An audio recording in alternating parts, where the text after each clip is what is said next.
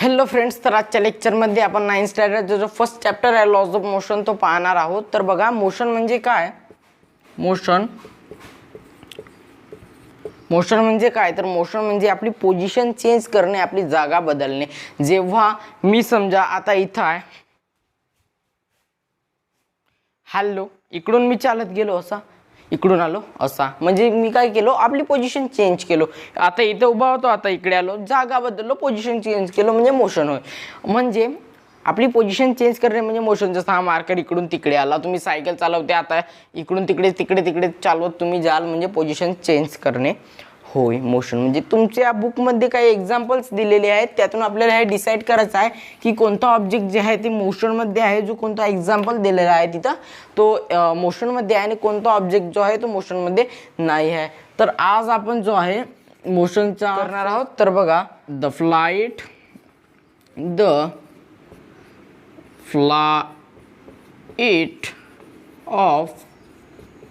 Of A bird.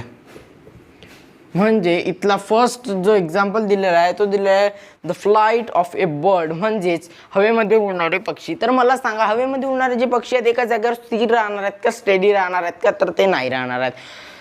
आता इकडे आहेत, काही वेळाने तिकडे उडतील, काही वेळाने तिकडे उडतील, म्हणजेच ते आपली पोझिशन जी आहे ते चेंज करून राहिले. गोष्ट बरोबर आहे? बरोबर आहे की नाही गोष्ट? तुम्हीच सांगा. तुम्ही समजदार, मी समजदार, चालू देऊन आपला का करायचं आहे. मला तुम्ही फक्त आणि फक्त आपला फ्रेंड समजा, जो आपला फ्रेंड आपल्याला कन्सल्ट करून राहिलेला आहे ऑफ ए बर्ड, म्हणजे हवेमध्ये उडणारे पक्षी ते आपली पोझिशन चेंज करत आहेत. मी आताच तुम्हाला सांगितलेलं आहे. म्हणजे आपल्याला इथं लिहिता येईल प्रेझेंट मोशनचा एम देऊन देतो, तुम्ही आपल्या कॉपीमध्ये बरोबर लिहून टाकाल तो. सेकंड एक्झाम्पल जो इथं दिलेला आहे, second example a stationary, STASNARY, a stationary train. तुम्ही रेल्वे स्टेशनवर कधी गेले का? मला कमेंटमध्ये लिहून पाठवा. तुम्ही रेल्वे स्टेशनवर कधी गेले का? तर रेल्वे स्टेशनवर तुम्ही पाहत असाल काही ट्रेन पोंग करून असं झुक झुक झुक झुक झुक झुक चालून राहिले, आणि काही ट्रेन थांबल्यात. गोष्ट बरोबर आहे? बरोबर आहे, मला माहिती आहे, बरोबर आहे. स्टेशनरी ट्रेन म्हणजे थांबलेली ट्रेन. तर बघा, थांबलेली ट्रेन कुठे मोशनमध्ये राहणार? आता तुम्ही माझे फ्रेंड आहात, तर तुम्हीच सांगा. थांबलेली ट्रेन मोशनमध्ये अजिबात राहू शकत नाही. थांबलेली आहे, मी थांबलेला आहो, मोशनमध्ये आहो, चालून राहिलो बाप, नाही आहो मी मोशनमध्ये. म्हणजे ऑब्सेन्स ऑफ मोशन, ABSANCE, ऑब्सेन्स मोशन. तर मी एमच देतो, तुम्ही मोशन लिहून टाकाल. आता याच्यातही नाही आहे. थर्ड दिलेला आहे the leaves flying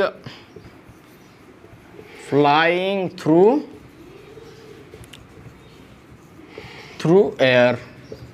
the leaves flying through air. झाडावरून पानं पडली, हवा येऊन राहिला, पानं जाऊन राहिली. हवा येते, पानं जातात, हवा थांबली, पानं थांबतात. मला सांगा, आता हवा येऊन राहिली, पानं, बरोबर याच्यात थोडा लक्ष द्या. हवा येऊन राहिली, पानं उडून राहिली. हवा आली, पानं उडले. हवा थांबली, पानंही थांबले. आता सांगा, याच्यामध्ये मोशन प्रेझेंट आहे का? आहे का याच्यामध्ये motion present?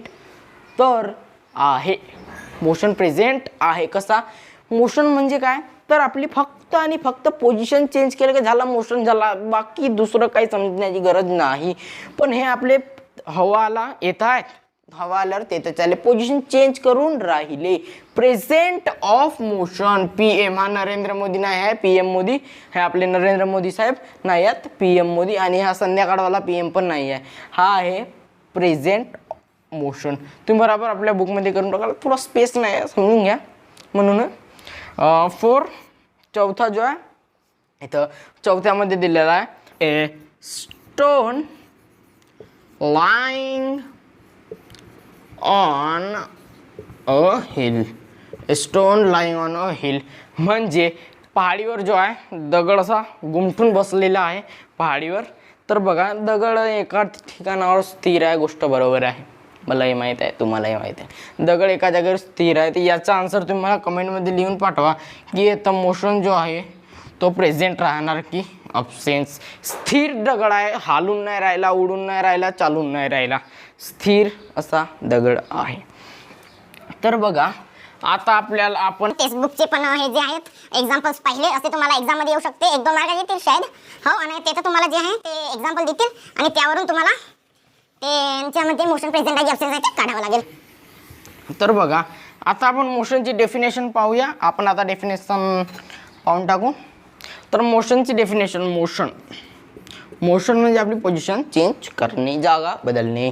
मोशनची definition, if an object, if हँडरायटिंगकडे लक्ष देऊ नका, थोडी खराब आहे. If an object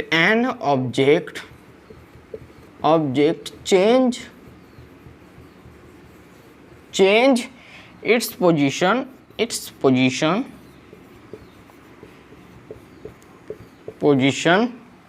if an object changes its position with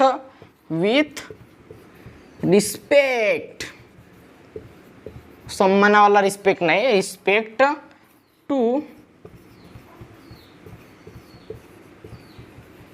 surrounding, with respect to surrounding.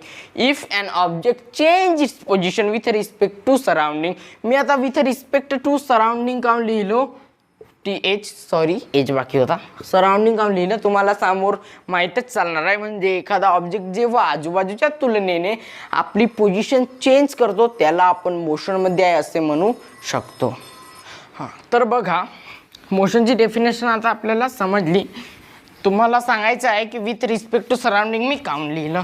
बघा, विथ रिस्पेक्ट टू सराउंडिंग म्हणजे आजूबाजूच्या तुलनेने मोशन जे आहे ते आपण ठरवू शकत नाही. आपल्या स्वतःवरून ते ठरवू शकत नाही की कोणता ऑब्जेक्ट मोशनमध्ये आहे. मोशन जी ही कॉन्सेप्ट आहे थोडीशी जी आहे रिलेटिव्ह टर्मिनॉलॉजीची कॉन्सेप्ट आहे. काही जास्त आहे नाही मोशनमध्ये, फक्त जी आहे ती रिलेटिव्ह टर्मिनॉलॉजीची कॉन्सेप्ट आहे. आपण जो आहे आता तीच आता तुम्ही मला म्हणाल काय फ्रेंड बरोबर सांग ना, समजून सांगून नाही राहिला का, हे टर्मिनॉलॉजी का रिलेटिव्ह काही समजून नाही राहिला. टेन्शन तुम्ही घेऊच नका, मी तुमचा फ्रेंड आहे आणि फ्रेंड आपल्या दुसऱ्या फ्रेंडला बरोबर समजावून सांगतो. काही कॉम्प्लिकेशन काही करू शकत नाही. तर बघा आता रेल्वे स्टेशनची गोष्ट केला तर आपण ट्रेनची गोष्ट करूनच टाकू. तर बघा तुम्ही ट्रेनमध्ये बसलेले आहात, विंडो वगैरे बढिया लावलेल्या आहेत, AC ची ट्रेन बिलकुल मस्त मज्जेमध्ये बसलेले आहात आणि ट्रेन हळूच तुम्हाला माहितीही नाही चाललं ट्रेन सुटली स्टेशनवरून. तुम्ही खिडकी खोलल्या, बापरे काय झालं रे बापा, काही नाही झालं, ट्रेन सुटली ना, दुसरा काहीच नाही झाला, ट्रेन सुटली. बरोबर आहे गोष्ट, ट्रेन सुटली. याचाच अर्थ तुम्ही जेव्हा ट्रेनमध्ये बसलेले होता तुम्हाला माहीत होता का ट्रेन सुटली. तुम्ही बसलेले होत्या, विंडो खोलल्या, बाहेर आजूबाजूला सराउंडिंगमध्ये पाहिल्या, तेव्हा तुम्हाला माहीत झाला की ट्रेन सुटली. स्वतःला पाहून तुम्हाला माहीत होऊच नाही शकत आणि तुम्ही स्वतः डिसाईडही करू नाही शकत की तुम्ही मोशनमध्ये आहात, तुमची ट्रेन मोशनमध्ये आहे, काय मोशनमध्ये आहे, नाही तुम्ही करू नाही शकत. आजूबाजूच्या परिसरात तुम्ही पाहिल्या की बापा हे मागं चालले, हे मागं नाही चालले, तुमची ट्रेन समोर चालली. गोष्ट बरोबर आहे, तुमची ट्रेन समोर चाललेली आहे म्हणजे तुम्ही मोशनमध्ये आल्या. आता याच्यावरून जर तुम्हाला समजला नसेल की रिलेटिव्ह टर्म काय, आपला सराउंडिंगवाला काम काय, तर बघा दुसरा एक्झाम्पल हा प्रॉपर तुम्हाला याच्यामध्ये समजूनच जाईल. तुम्ही बघा 2 मित्र गोमा आणि श्यामा, रामानं गोमा, काही समजू आपण, दोघं बसमध्ये बसले आहात बढियापैकी, काही खिडकी वगैरे लावली नाही, बढियापैकी बसलेले आहात, दोघं मजेमध्ये गोष्टी सांगून राहिले, गप्पा कर बसलेले आहात तुम्ही बसमध्ये, दोघंही गोष्टी सांगून राहिले, गप्पा करून राहिले, एकामेकासोबत गुपचूप वगैरे खाऊन राहिले, मस्तमध्ये पाणी आलं रे तोंडात. तर तुम्ही मला सांगा तुम्ही मोशनमध्ये आहा का? तुम्ही दोघंही मोशनमध्ये नाही. कोण म्हणेल तुम्ही धावपळ करून राहिले का, जाऊन राहिले का, पोझिशन चेंज करून राहिले का, नाही. तुम्ही दोघांच्या एकामेकाच्या तुलनेत स्वतः जे आहात तुम्ही दोघंही स्वतः मोशनमध्ये नाही आहात. जेव्हा तुम्ही आज बाहेर पाहाल तर बाहेरच्या व्यक्ती तुम्हाला म्हणाल बापरे हे मोशनमध्ये आहेत, तो म्हणाल काहून की ते बस चाललेली आहे ना, तो तुम्हाला समजेल तुम्ही मोशनमध्ये आहात, परंतु तुम्ही मोशनमध्ये नाही आहात असं तुम्हाला वाटेल, कारण तुम्ही बसच्या अंदर बसलेले आहे आणि बाहेरच्या व्यक्ती जेव्हा तुम्हाला पाहेल तो हाच म्हणाल की तुम्ही मोशनमध्ये आहे. यालाच मोशनची रिलेटिव्ह टर्मिनॉलॉजी असे म्हणतात. याच्या रिलेटिव्ह म्हणजे हा काही गोष्टींशी निगडीत आहे, रिलेटिव्ह आहे हा असे समजू शकता. आणि समजा आपण पृथ्वीवर आहोत, येतं पृथ्वीवर आपला व्हाईट बोर्ड आहे, मागं समोर मी आहो, आणि चंद्रावर समजा तुम्ही गेले, चंद्रावर उभे राहिले, चंद्रावरून पृथ्वीला पाहिला, पृथ्वी घुमून राहिली, आपण घुमून राहिले का नाही. समजला, हे रिलेटिव्ह आहे. आता तुम्ही म्हणाल आपल्याला हा रिलेटिव्ह टर्म ऑफ सराउंडिंग हा पण समजला. आता याच्यानंतरचा जो आहे तो आहे आपला की तुमच्या मनात प्रश्न पडला, आपण मोशन का करून राहिला, का आपल्याला मोशन करण्याची आवश्यकता पडत आहे. मोशन केल्यानं आपण डिस्टन्स, अंतर जो आहे पार करून राहिला. मी मोशन करेन तर काही तर डिस्टन्स पार करीन. ती याच्या नंतरचा जो टॉपिक आहे तो हाच आहे, distance and displacement. DIS, distance and. तर बघा, डिस्टन्स अँड डिस्प्लेसमेंट. तर पहिलं आपण डिस्टन्स पाहूया की डिस्टन्स काय आहे. तर बघा, डिस्टन्स ए पॉईंट, हा ए पॉईंट झाला आपला आणि हा बी पॉईंट. तर बघा, ए आणि बी पॉईंटच्या मधातली जी लेंथ आहे ती लेंथ म्हणजे डिस्टन्स, तर बघा, ए बी सी हा रोड आहे. रोडवर तुम्ही जाऊन राहिल्या, तुम्ही ए वरून बी पॉईंटवर गेल्या, बी पॉईंटवरून सी पॉईंटवर गेल्या. हा तुम्ही का करून राहिल्या, डिस्टन्स, अंतर तुम्ही पार करून राहिलेले आहे. गोष्ट बरोबर आहे, मलाही माहिती आहे, तुम्हाला माहिती आहे. तुम्ही अंतर पार करून राहिले. हा काय, हा डिस्टन्स झाला ए आणि बी पॉईंटच्या मधातला, आणि हा पण डिस्टन्स झाला. म्हणजे डिस्टन्स तुम्हाला समजलेला आहे. ए आणि बी ह्या पाथची लेंथ, ह्या पाथची जी हे लेंथ आहे ती म्हणजे आपला डिस्टन्स. ती म्हणजे काय आहे, डिस्टन्स आहे. तर बघा, अजून तुमच्या टेक्स्टबुकमध्ये अजून एक ॲक्टिव्हिटी दिलेली आहे. आपला सायन्स जो आहे हा ॲक्टिव्हिटी बेस आहे. अजून याच्यापेक्षा चांगल्या प्रकारे आपण समजून घेऊया की डिस्टन्स म्हणजे काय आहे. तर बघा, इथे ॲक्टिव्हिटी दिलेली आहे की इथं जो आहे शीतल, हा शीतलचा घर, शीतल आणि प्रशांतचा. ड्रॉइंग चांगली आपली नाही आहे भाऊ, पण समजून घ्या थोडासा. Sheetal, SHETAL, and Prashant. House आपण याची येथे देऊया. हाऊस यांना जायचं आहे शाळेमध्ये. हा रस्ता आहे बापू, लक्ष द्या, हा रस्ता आहे, रस्ता जाऊन राहिला, रोड नाही लिहित नाव, जाऊ द्या. हा शाळेमध्ये जे आहे यांना जावाचं आहे, स्कूलमध्ये यांना जावाचं आहे. आणि हे जे शीतल आहे, इथं तिच्या फ्रेंडचं घर आहे, रस्त्यामध्ये येऊन गेला संगीता. तुमच्या टेक्स्टबुकमध्ये दिलेलं आहे, बरोबर पहा. संगीता हँडरायटिंगकडे जाऊ नका. तर हे शीतल जी आहे, इथं डिस्टन्स दिलेला आहे शायद 500 मीटर आणि इथे दिलेला आहे 1200 मीटर्स. तुम्ही बुकमध्ये चेक करून टाकाल. शीतल पहिले जे आहे आपल्या फ्रेंड संगीताच्या इथं गेली रोडने, 500 मीटर चालली आणि तिथून जे आहे ते स्कूल, दोघेही मिळून जे आहेत स्कूलमध्ये गेल्या. तर हा झाला त्यांचा डिस्टन्स, त्यांनी पार केला. तर टोटल डिस्टन्स म्हटलं तर येतं 500 मीटर प्लस 1200 मीटर्स, म्हणजे किती झाला, 0071, 1700 मीटर्स इथे डिस्टन्स त्यांनी कवर केला. तर समजला डिस्टन्स म्हणजे काय, त्यांनी कवर केला. डिस्टन्स ठीक आहे. डिस्टन्स झाला आपला 2 पॉईंटच्या मधातला. इथं समजा हा घर एक पॉईंट झाला, हा एक पॉईंट, मधातली लेंथ म्हणजे डिस्टन्स. तर आपण जे आता फिजिक्स करून राहिलेलो आहे, तुमच्या बुकमध्ये जे अर्धी बुक जे आहे ते फिजिक्स आहे, फिजिक्सवर आधारित आहे, आणि अर्धी बुक जे आहे ते बायोलॉजीवर आधारित आहे. आपण आता फिजिक्स पाहून राहिलेलो आहे. फिजिक्स खूप जण म्हणतात समजत नाही का यार, तुम्ही बरोबर लक्षच नाही देऊन राहिले ना. लक्ष द्या, इतका सोपं सब्जेक्ट आहे फिजिक्स, इतका सोपं आहे फिजिक्स यार ना. तुम्हाला म्हणता राहिलं समजे नाही. मग चला आता आपल्या टॉपिककडे वळूया. तर बघा, हा जो डिस्टन्स आहे, डिस्टन्स जो रोडने डावीकडं उजवीकडं इकडे तिकडे, याच्यात थोडी खराबी आहे, थोडं गडबड आहे ना. आजकालच्या लोकांना कसं शॉर्टकट पाहिजे, लंबा आम्हाला जावं आवडत नाही. तर याच्यासाठी फिजिक्सनं ह्या डिस्टन्सच्या भावाला जन्म दिला. तो हे डिस्प्लेसमेंट, डिस्टन्स म्हणजे काय आहे, अंतर. आणि हा जो आहे डिस्प्लेसमेंट म्हणजे विस्थापन आहे. विस्थापन. फिजिक्सने डिस्प्लेसमेंटला जन्म दिल्याच्या भावाला. तर डिस्प्लेसमेंट म्हणजे का, शॉर्टेस्ट डिस्टन्स. डिस्प्लेसमेंट डिस्टन्सच्या भाऊच्या आहे, भाऊ बंधू. डिस्प्लेसमेंट काय म्हणते, मले शॉर्टकट रस्ता पाहिजे, बिचात घर राव दार राव तोडा ना, का फरक पडते. फिजिक्स थोडी अशी आहे. जाऊ दे, आपल्याला त्याच्याकडे लक्ष नाही, आपल्याला वाचावतील. Concept is power. कॉन्सेप्ट समजण्यासीन आपल्याला हे आहे. तर बघा डिस्प्लेसमेंट हा प्रशांत जो आहे तो मी तुम्हाला सांगितलं नाही त्याबद्दल सॉरी. हा इथून हा आपला त्यांच्या घरामधून डायरेक्ट जो आहे तो स्कूलमध्ये गेला. हे झाला डिस्टन्स रोडनं गेले, डिस्टन्स झाला तो. आणि हा झाला डिस्प्लेसमेंट 1300 मीटर्स आहे शायद तिथं. हा झाला आपला डिस्प्लेसमेंट म्हणजे विस्थापन त्याचा.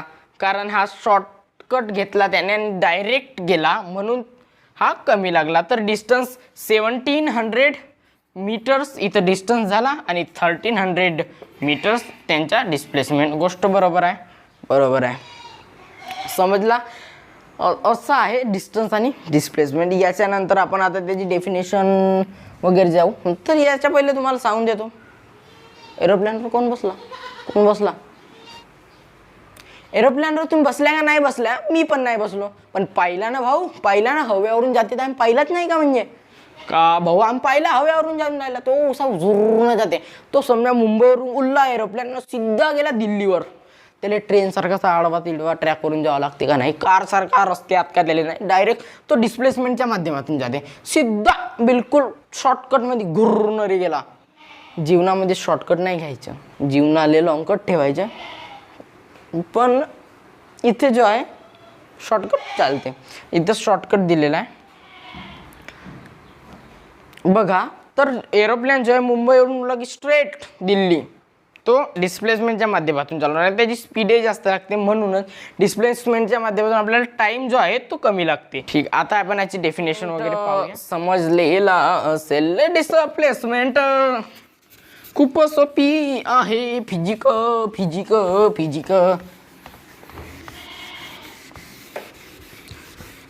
बघा तुम्ही बरोबर पहा.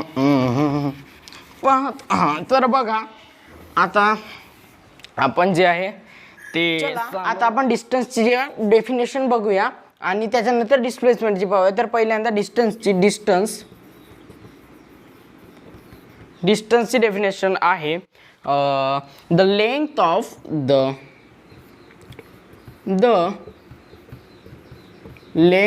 Of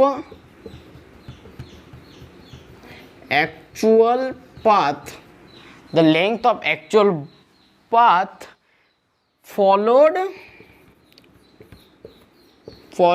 by an object. म्हणजे हा मगाशी तुम्हाला समजून सांगितलेलं होतं की हा ए पॉइंट आणि हा बी पॉइंट मधले ह्या पाथची जी लेंथ आहे ते झाला डिस्टन्स. तोच सांगितलेला आहे पाथची length, the length of actual path जो आहे त्याची लेंथ म्हणजेच आपला डिस्टन्स होय. तर बघा याच्यानंतर आपण आता डिस्प्लेसमेंटची डेफिनेशन पाहून टाकूया. डिस्प्लेसमेंटची definition डिस्प्लेसमेंटची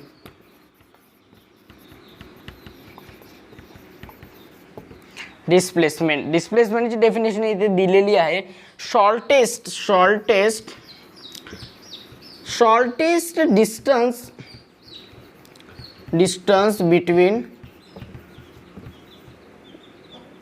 between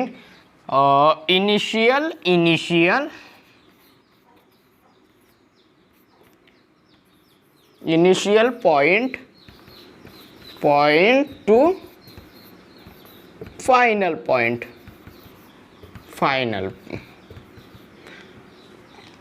point of movement.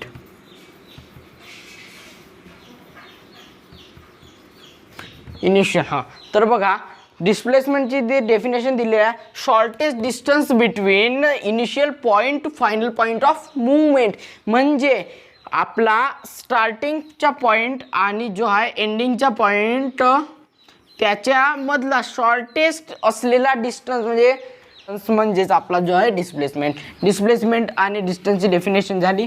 त्यानंतर आपण आता डिस्प्लेसमेंट आणि डिस्टन्सची डेफिनेशन समजली. डिस्टन्सची आहे the length of actual path followed by an object, म्हणजे काही पाथची जी लेंथ आहे तिला फॉलो करणे, ते पाथची लेंथ म्हणजे ज्याला डिस्टन्स, आणि distance between initial point two final point, म्हणजे स्टार्टिंगच्या पॉईंटपासून एंडिंगच्या पॉईंटपर्यंत जे शॉर्टेस्ट डिस्टन्स आहे ते म्हणजे आपला डिस्प्लेसमेंट. तर चला वळूया नेक्स्ट टॉपिककडे, जो आहे आपला आपण याचा युनिट पाहणार आहोत.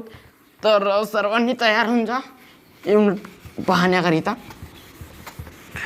हां, तर बघा युनिट इथे दिलेला आहे युनिट्स युनिट्स इथे दिलेला आहे. युनिट्स दोन प्रकारे असतात, SI युनिट आणि CGS युनिट. SIचा अर्थ असते सिस्टीम इंटरनॅशनल. इथे आपल्याला जे आहेत मोठे युनिट लिहावे लागतात, जसे की किलोग्रॅम, किलोमीटर, असे एक्सेट्रा. आपण इथे मोठे युनिट लिहावे लागतात. आणि जो आहे इथं CGS युनिटमध्ये मीटर, सेंटीमीटर असे स्मॉल युनिट आपल्याला इथं लिहावे लागतात. तर इथं जो डिस्टन्सचा जो युनिट आहे तो दिलेला आहे इथं मीटर्स, आणि SI युनिट मीटर्स आहे, आणि CGS युनिट जो आहे सेंटीमीटर्स. इथं M आणि सेंटीमीटर्स.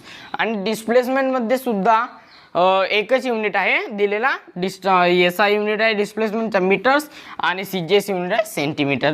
आता मीटर पण आपल्याला युनिट समजलेले आहेत. झाला, आपण खूप स्टेप बाय स्टेप आणि सोप्या पद्धतीने यांना जाणून घेत आहोत. याच्यानंतर जे आहे ते दिलेलं आहे आपल्याला. थांबा 2 मिनिट थांबा.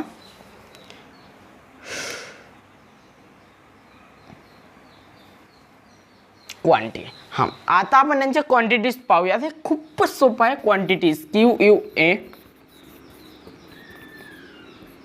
क्वांटिटी. याचा क्वांटिटी कोणती आहे बघा. आपला डिस्टन्स जे आहे, डिस्टन्समध्ये आपल्याला जे आहे डायरेक्शन, तुम्ही बघा डिस्टन्स अंतर पार करून राहिल्या. रोड आहे, रोड सरळ जाऊन राहिला, तू म्हणाल त्याला रोडाने जा, इकडून वागजो, तिकडून वागजो, तिकडे जा, इकडे जा. याच्यामध्ये डायरेक्शन सांगायची गरज नाही. तू नॉर्थले जा, ईस्टले जा आणि वेस्टले जा, सांगायची गरज नाही आहे फ्रेंड्स. तर डिस्टन्समध्ये ज्या, आता बघा हे झाली स्केलर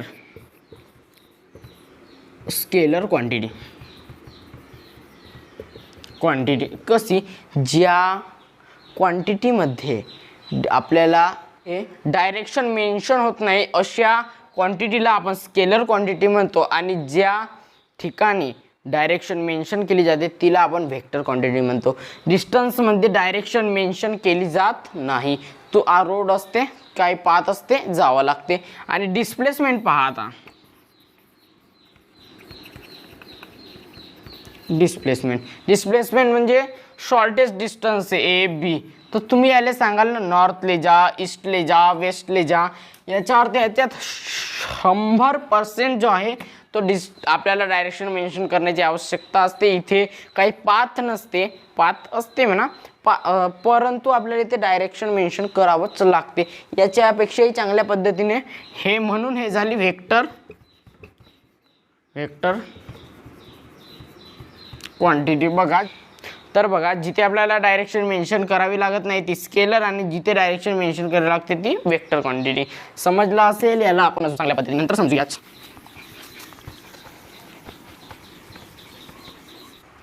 आता आपण पाहणार आहोत negative, positive and zero. Negative हे काय आहे? Negative, positive and zero. Negative, positive and zero. तर बघा निगेटिव्ह, पॉझिटिव्ह अँड झिरो. बघा डिस्टन्स जे आहे, तर डिस्टन्स जे आहे तो आपल्याला, तो ऑलवेज पॉझिटिव्ह असतो. कसा? अंतर आपल्याला तुम्ही बाईकने जाऊन राहिले तर असेच जाल ना, असेच जाल पॉझिटिव्ह. समोर मायनसमध्ये तुम्ही सांगूच नाही शकत. -10 किलोमीटर, -20 किलोमीटर, हम तो 30 गए थे. हिंदी नाही, आपला मराठीचाच क्लास चालू आहे. आपला डिस्टन्स फक्त पॉझिटिव्हच असतो, हा लक्षात ठेवा. बिकॉज आपल्याला सामोरच जावं लागते डिस्टन्स, म्हणून हा डिस्टन्स जो आहे तो पॉझिटिव्ह आहे. DIV distance positive. आता बघा आता आला आपला मोठा भाऊ DIS, मोठा भाऊ डिस्प्लेसमेंट. डिस्प्लेसमेंट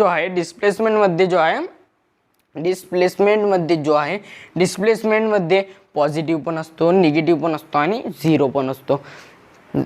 झिरो पण असतो. कसा बघा, डिस्प्लेसमेंट जो आहे हा कसा असते, डिस्प्लेसमेंट पॉझिटिव्ह. बघा, डिस्प्लेसमेंट विस्थापन, मी चाललो समोर पॉझिटिव्ह, मागं निगेटिव्ह, आणि स्टेडी आहो झिरो, आणि स्टेडी आहो तर झिरो.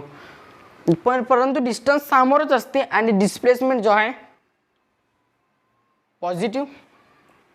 खोपड़िया दिख रही है मेरी, निगेटिव्ह, स्टेडी थांबलेला झिरो. म्हणजेच हा पॉझिटिव्ह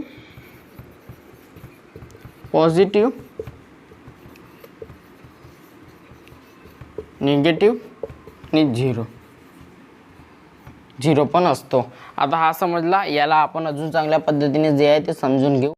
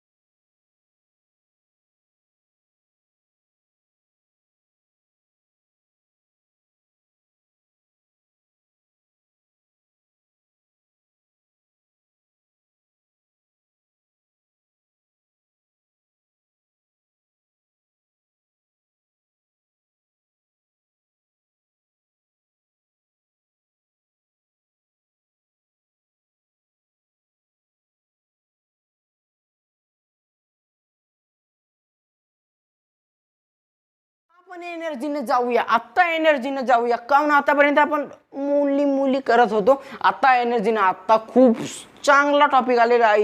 इथं जो दिलेला आहे बघा, इथं फिजिक्स थोडी पागल आहे. फिजिक्स का म्हणते, फिजिक्सच्या लॉच्या नुसार एखादा ऑब्जेक्ट जो आहे बघा, तुम्हाला सांगतो मी. एक हा A पॉईंट, हा 1 पकडा आणि हा 2 पकडा. बघा, एक माणूस होता इथं, एक माणूस तो गेला इकडे. कायले कांदे टमाटर घेतलं त्यानं, कांदे टमाटर येते घेतलं, कांदे टमाटर त्याचे घेऊन झाले, कांदे टमाटर घेतलं आणि परत वापस आला. तर मी डिस्टन्स सांगा येते किती, 2 किलोमीटर, आणि वापस आले 2 किलोमीटर. इथे डिस्टन्स किती, 2 + 2 4 किलोमीटर याचा डिस्टन्स झाला. पण डिस्प्लेसमेंट मात्र तसं नसते. तर डिस्प्लेसमेंट तसं नसते. डिस्प्लेसमेंट किती म्हणते, फिजिक्स का म्हणून राहिला, तू इकडे गेलास बरोबर आहे आणि वापस आलास, तर तुझ्या डिस्प्लेसमेंट 4 नाही म्हणते, तुझ्या डिस्प्लेसमेंट राहील 0. कसा म्हणते, फिजिक्स पागल आहे. तू गेलास तर तुला येवाचाच होता, तू गेलास काऊन म्हणते, तुला येवाचाच होता तू गेलास काऊन.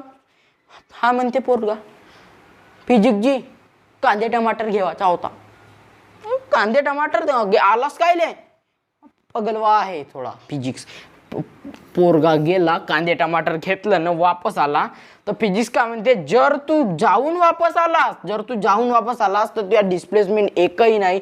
डिस्प्लेसमेंट म्हणजे शॉर्टकट आलास ना, झाला, शॉर्ट झाला, आपला खतमच झाला काम. म्हणून डिस्प्लेसमेंट त्या ठिकाणी 0 असते. तर हा लक्षात ठेवा, डिस्टन्स 4 किलोमीटर आणि डिस्प्लेसमेंट जो आहे तो 0.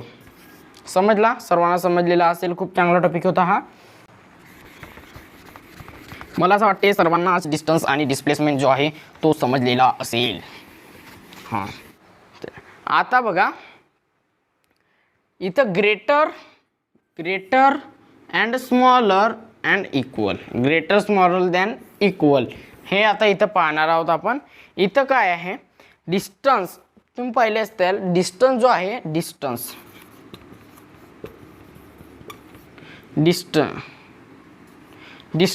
डिस्प्लेसमेंट. डिस्टन्स जो आहे हा नेहमी मोठा असतो कशापेक्षा, डिस्प्लेसमेंटपेक्षा. डिस्टन्स जो आहे डिस्प्लेसमेंटपेक्षा मोठा असतो. ग्रेटर दॅन डिस्प्लेसमेंट लिहून टाकाल तुम्ही. Displacement greater than displacement greater than equal पण राहू शकतो. Equal greater than or equal राहू शकतो, कारण याच्यापेक्षा कमी राहू शकत नाही. डिस्प्लेसमेंटपेक्षा आपण इतके सारे एक्झाम्पल्स पाहून राहिलो. आणि डिस्प्लेसमेंट जो आहे ऑलवेज नेहमी ऑलवेज स्मॉलर दॅन और इक्वल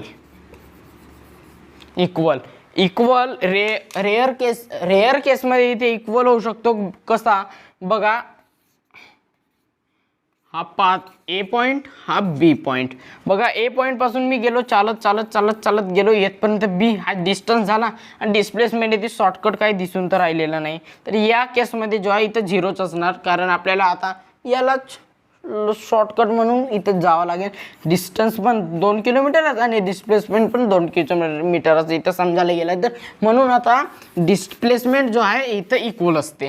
म्हणून डिस्टन्स जो असते नेहमी डिस्प्लेसमेंटपेक्षा ग्रेटर असते किंवा इक्वल असते, कमी असत नाही. आणि डिस्प्लेसमेंट जो आहे हमेशा डिस्टन्सपेक्षा स्मॉलर असते किंवा इक्वल असते. मला आशा आहे हा पण टॉपिक आपल्याला समजलेला असेल. याच्यानंतर तुमच्या बुकमध्ये क्वेश्चन विचारलेले आहेत, 2 क्वेश्चन विचारलेले आहेत, त्यालाच आपण आता स्टडी करूया. तर फर्स्ट क्वेश्चनमध्ये काय विचारते, फर्स्ट क्वेश्चनमध्ये विचारलेला आहे की स्वराली नावाची मुलगी आहे. ते एका सर्कल तेवढा चांगला नाही जमत आहे आपला. ती जी आहे एका सर्क्युलर गार्डनमध्ये तिनं राऊंड मारलं. इथपासून गेली जाग्यावर आली. राऊंड मारलेला आहे स्वराली. थांबा, सर्कल आपण थोडा साईडला काढून टाकू, आपल्याला इक्वेशन सोडायला जागा होऊन जाईल. स्वराली एका गार्डनमध्ये गेली आणि तिने जो आहे इथे राऊंड मारला. ए पॉईंट पासून गेली आणि परत जी आहे ए पॉईंटवर आली स्वराली. तर बघा डिस्टन्स इथे विचारलेलं आहे की डिस्टन्स किती आहे आणि डिस्प्लेसमेंट किती आहे. उत्साहाच्या भरात सर डिस्टन्स येते, हा बघा सर्कम्फरन्स जो आहे 100 मीटरचा आहे. सर डिस्टन्स 100 मीटर, डिस्प्लेसमेंट 0 नाही. पण या केसमध्ये तसा नसते. या केसमध्ये डिस्प्लेसमेंट बरोबर आहे तुमच्या, डिस्प्लेसमेंट बरोबर आहे. डिस्प्लेसमेंट येथून गेली आणि परत त्याच पॉईंटवर आली म्हणजे डिस्प्लेसमेंट जो आहे 0 असणार, पण डिस्टन्स मात्र 0 नसणार. याचं लक्ष द्या. या सर्कम्फरन्स जेव्हा असतो तेव्हा डिस्टन्स जे आहे ते 100 मीटर नसते. जितका तिनं कव्हर केलं तेवढं डिस्टन्स नसते. त्याला आपल्याला सर्कम्फरन्सची जी व्हॅल्यू आहे त्याच्याने मल्टिप्लिकेशन करावं लागते. तर कसं बघा, सर्कम्फरन्सची काय व्हॅल्यू आहे, सर्कम्फरन्सची आहे फॉर्म्युला जो आहे तो आहे 2 पाय आर. तर पायची व्हॅल्यू किती आहे 22/7 किंवा 13/4. 13/4 बरोबर आहे. 3/14 3.14 व्हॅल्यू आहे बरोबर आहे. तर आपल्याला सॉल्व करायचं आहे. तर बघा 2 पाय आर, पायची व्हॅल्यू झाली तर 2 रेडियस 2 × 3.14 × सर्कम्फरन्स 100 बरोबर आहे. 2 × 3.14 628 इंटू मग काय राहिलं 100. तर याचा आन्सर पुटअप केला आपण इथं 100 628. चला जाऊ दे, याचा आन्सर केलं आपण तर इथे येऊन जाईल 628च आन्सर येते. याचा आन्सर 628च आहे. म्हणजेच इने स्वराली जी आहे तिने इथं डिस्टन्स किती कव्हर केलं 628 मीटर्स. तुम्ही याला सॉल्व करून टाकाल.